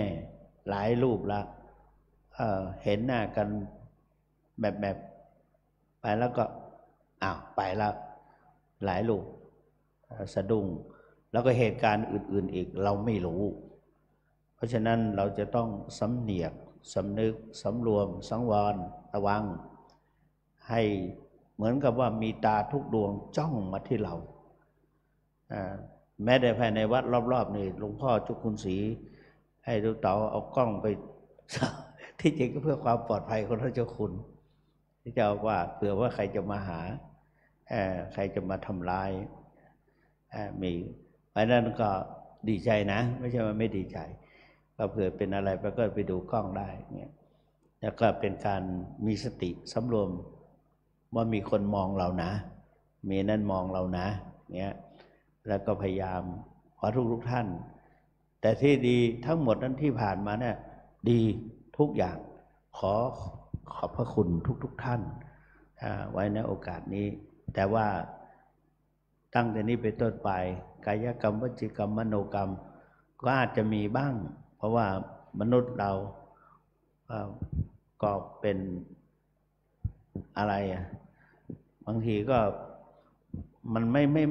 ไม่จะถูกใจทุกอย่างก็อาจจะมีบ้างแต่ก็ไม่ได้ถือโทษโกรธสาใครแล้วก็ขอบคุณที่ทุกท่านให้เกียรติอย่างยกย่องให้เกียรติอยู่ผมก็มีการสังวรสำรวมระวังมากยิ่งขึ้นอันนั้น1 ปีผ่านไปหรือว่าพรรษานี่ผ่านไปเข้ามาแล้วจะมีงานอื่นๆอีกก็ขอให้พวกเรามีความสามัคคีกลมเกลียวกันเพื่อให้เป็นแบบอย่างว่าเราจะได้เป็นแบบอย่างของที่อื่นจริงเขาบอกเป็นแบบอย่างนะอย่างพระธาตุนะจำต้องก็พูดกันมาก็ทั้งหมดทั้งมวลนี้ไม่ใช่ใครไม่ใช่เจ้าอาวาสเป็นเพราะทุกรูปทุกชีวิตทุกคนช่วยกันต่างมีสามัญสำนึกแล้วก็ได้ประพฤติปฏิบัติในหน้าที่ของเราได้ดีตั้งแต่ครูบาอาจารย์จนถึงสามเณรน้อยก็เป็นระเบียบเรียบร้อยดีแต่งตัวก็เรียบร้อยก็เป็นที่น่านับถือมาสู่พวกเราก็กายกรรมวจีกรรมมโนกรรมหากว่าได้ประมาทล่วงเกินด้วยไม่ได้ตั้งใจหรือตั้งใจก็หรือพูดเล่นอย่างที่เจ้าคุณอมราชเนี่ยชอบเล่นก็ไม่เป็นไรไม่ว่ากันก็ถือว่าอยู่ด้วยกันมาตลอดเรารักกันว่าวัดเราจึง เจริญรุ่งเรืองในขณะที่ตอนที่หลวงปู่มรณภาพภายในต้นปีที่หลวงพ่อวัดพระราชดอยสุเทพรักษาการอยู่เขามองพวกเรามากๆและหลายองค์บอกว่า3 องค์นั้นไม่ถูกกัน ว่าไปได้ยังไงเรารักกันออกนะกลมเกี่ยวกันจนถึงทำให้เราไปตรงไหนเกาะเกี่ยวแล้วเนี่ยแม้แต่ไปดอยสุเทพไม่กี่วันเนี่ยถ้าเจ้าคุณศรีประคองเจ้าคุณสุวรรณทุกคนมองนะทุกปีถ้าเจ้าคุณศรีประคองถ้าเจ้าคุณเนาะเขาว่าอีกอย่างหนึ่งไม่ใช่พวกผมคนรักกันท่านสงเคราะห์ผมถ้าอย่างนั้นผมจะล้มนะถ้าไม่มีท่านเจ้าคุณศรีผมอาจจะกลับมาไม่ถึงวัดก็ได้เนี่ยแต่ถ้าที่จริงท่านจะไปธุระท่านก็ยังต้องขอบพระคุณมากที่ยังเมตตาต่อกันและกันแล้วก็ทุกท่านอันนั้นตั้งแต่บัดนี้เป็นต้นไปก็ขอให้ท่านทั้งหลายเจริญรุ่งเรืองในหน้าที่ไม่มีโรคภัยไข้เจ็บทั้งแม่ชีโยคีต่างให้อยู่เย็นเป็นสุขเหมือนกันทุกคนทุกชีวิตทั้งในประเทศและต่างประเทศที่มาที่นี่แล้วก็แม่ชีโยคีผู้ปฏิบัติธรรมเราถ้าจะพูดก็จะยาวไปอีกแล้วก็นอกจากนั้นก็พระสงฆ์พระภิกษุสงฆ์องค์สามเณรทุกรูปขอให้ทุกท่านมีความเจริญสูงขึ้นไปทั้งในด้านการศึกษาและการประพฤติปฏิบัติและโดยเฉพาะหลวงพ่อทั้งสองหลวงพ่อเจ้าคุณศรีศิลปาจารย์และเจ้าคุณธรรมราชเวทีก็ขอให้เป็นไม่มีโรคภัยไข้เจ็บแล้วก็เป็นที่เคารพยำเกรงของเหล่าพระภิกษุสามเณรแม่ชีโยคีผู้ปฏิบัติธรรมและช่วยสืบสานอายุพุทธศาสนาไปนานๆดังคำบาลีว่ายะถาวาริวหาปุราปริปุเรนติสาคลังเอวเมวะอิโตทินังเปตานังอุปกัปปติอิชิตังปฏิตังตุมหังคิปะเมวะสัมมิชตุสัพเพปุเรนตุสังกปาจันโทปนารโสยถามณิโชติรโสยถารัตนัตยานุภาเวนะอายุวัฏโกธนวัฏโกสิริวัฏโกยศวัฏโกพลวัฏโกวนวัฏโกสุขวัฏโกโหตุสัพพทาทุกขโลกปยาเวลาโสกาสตุจุปัฏฐวาอเนกาอันตรยาปิเวนะสันตุจะเตชะสาสยสิทธิทะนังลาพังโสธิภคยาสุขังพลังสิเลยุจวันโนจะโพขังวุฒิเจสวสตวสาจะอายุจะชีวสิทธิพระวันตุโวสปีติโยวิวัชชันตุสัพพะโลโควินัสตุมาเตภวัตวันตรายโยสุขีทิคายุโกภวะอภิวาทนาสีริสนิจังวุฒาปจายโนจตารโลธรรมาวัฏันติอายุวันโนสุขังภะสา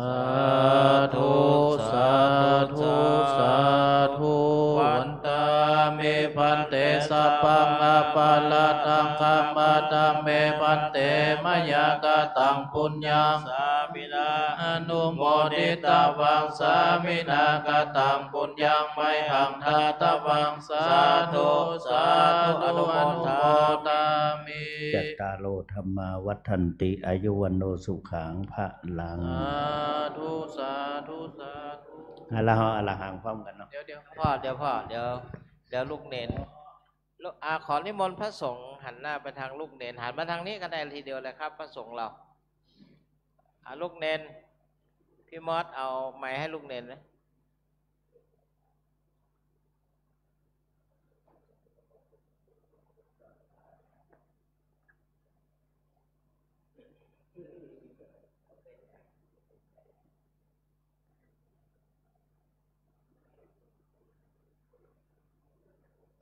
สังเคสังเคปมาเทนะทวาลตะเยนะกตังสัพพังอปาลาทังขมัทโนพันเตสังโฆขมติตุมเหหิปิสังคัสสะขมิตพังขมามหพันเต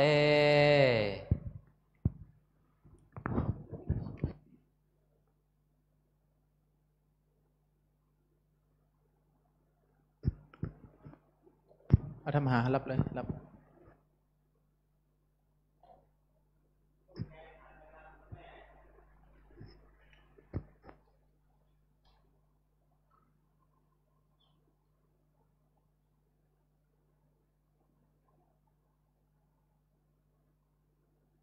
สังเข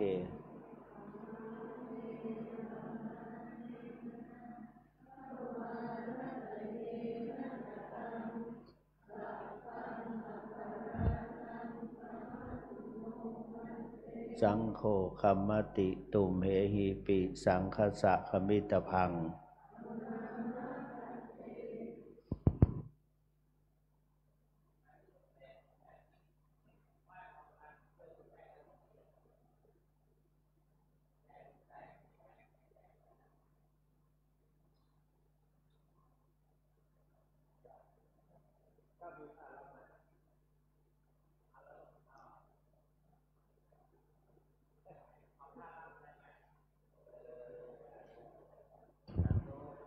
ประโยค4เนี่ยกำลังเรียนแล้วให้พรพร้อมกันเลยเนาะเอาอันสัพพพุทธาเลยเนาะสัพพพุทธานุภาเวนะสัพพธัมมานุภาเวนะสัพพสังฆานุภาเวนะพุทธรัตนังธัมมรัตนังรัตนังเตนังรัตนานังอนุภาเวนะจตุลาเสสัทธามาคันธานุภาเวนะปิตกาตโนภาเวนะสินสาวกาโนภาเวนะสัพเพเตสัพเพเตพยาสัพเพเตอุปสัพเพเตทวาสัพเพเต